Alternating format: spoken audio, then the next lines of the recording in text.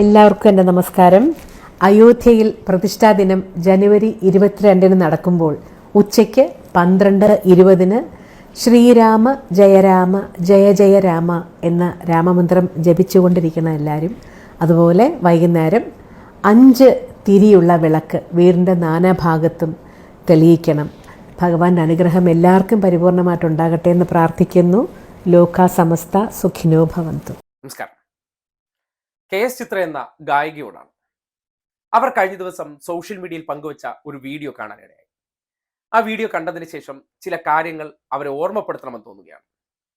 കാര്യം അയോധ്യയിലെ രാമക്ഷേത്രം തുറക്കുന്നതുമായി ബന്ധപ്പെട്ടുള്ള ഒരു ആഹ്വാനമാണ്. ആ ആഹ്വാനം മറ്റു ചിലരെയൊക്കെ വേദനിപ്പിച്ചിട്ടുണ്ട് എന്ന തിരിച്ചറിവ് അവർക്ക് ഉണ്ടായിട്ടുണ്ടോ എന്ന സംശയത്തിന്റെ അടിസ്ഥാനത്തിലാണ് അങ്ങനെ ചില ചോദ്യങ്ങൾ ചോദിക്കാൻ തയ്യാറാകുന്നത്.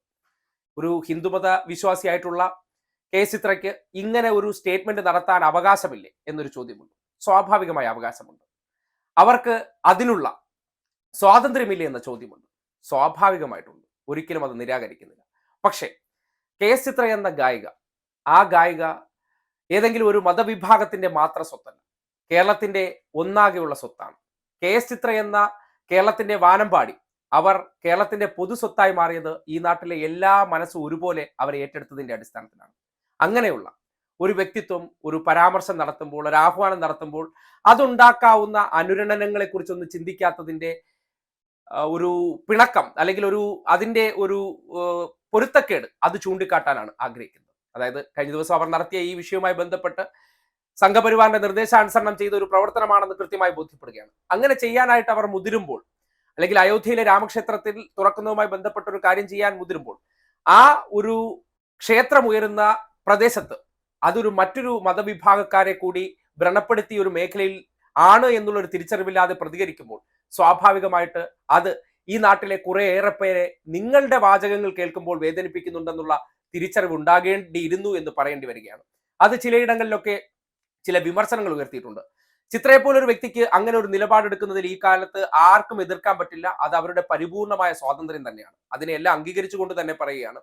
പക്ഷെ അത്തരം ചില നിലപാടുകൾ സ്വീകരിക്കുമ്പോൾ നിങ്ങൾ എന്ന ഗായികയെ നിറമനസാലെ ഏറ്റെടുത്തിരുന്നവർക്ക് അത് വേദന ഉണ്ടാക്കി എന്നൊരു തിരിച്ചറിവ് കൂടി നിങ്ങൾക്ക് ഉണ്ടാകേണ്ടിയിരിക്കുന്നു. അത് നിങ്ങൾ എന്ന വ്യക്തിക്ക് ഇന്നലകളിൽ മറ്റെല്ലാം മാറ്റിവെച്ചുള്ള സ്വീകാര്യതയിൽ എവിടെയൊക്കെയോ ചില ഇടിവുകൾ ഉണ്ടാക്കി എന്നുള്ള തിരിച്ചറിവുകൾ കൂടി ഉണ്ടാകേണ്ടിയിരിക്കുന്നു. കാര്യം ഇത്തരം ചില പരാമർശങ്ങൾ നടത്തുമ്പോൾ, കാര്യം ഇങ്ങനെ ഒരു സെൻസിറ്റീവ് വിഷയമാണ്. ഇതിൽ ചിലർക്ക് വല്ലാത്ത വൈകാരിക പ്രശ്നമാണ്, മറ്റു ചിലർക്ക് ആരാധനാ വിശ്വാസമാണ്. എന്തൊന്നൊക്കെ പറഞ്ഞാലും ആ ഒരു തർക്ക മന്ദിരമായിരുന്നിടത്ത് ഇങ്ങനെ ഒരു ക്ഷേത്രം പണിയുമ്പോൾ അത് ഹിന്ദു മത വിശ്വാസങ്ങളിൽ തീവ്ര നിലപാട് സ്വീകരിക്കുന്നവർക്ക് വലിയ സ്വീകാര്യതയാണ് ഉണ്ടായിരിക്കുന്നത്.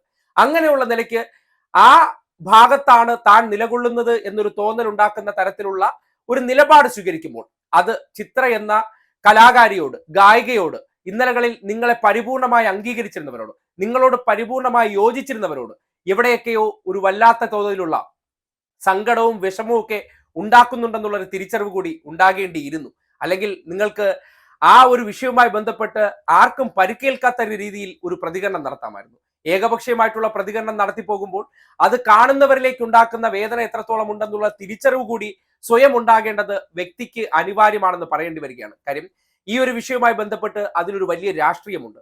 ആ രാഷ്ട്രീയത്തിന്റെ ഭാഗമായി സ്വയം അറിഞ്ഞോ അറിയാതെയോ നിലകൊള്ളേണ്ടി വരുന്നുണ്ട് എന്നുള്ള ഒരു തിരിച്ചറിവ് ഇത്രയും വലിയൊരു കലാകാരിക്ക് ഇല്ലാതെ പോകുന്നു എന്ന് പറയുന്നത് തീർത്തും ദുഃഖകരമായിട്ടുള്ള കാര്യമാണ്.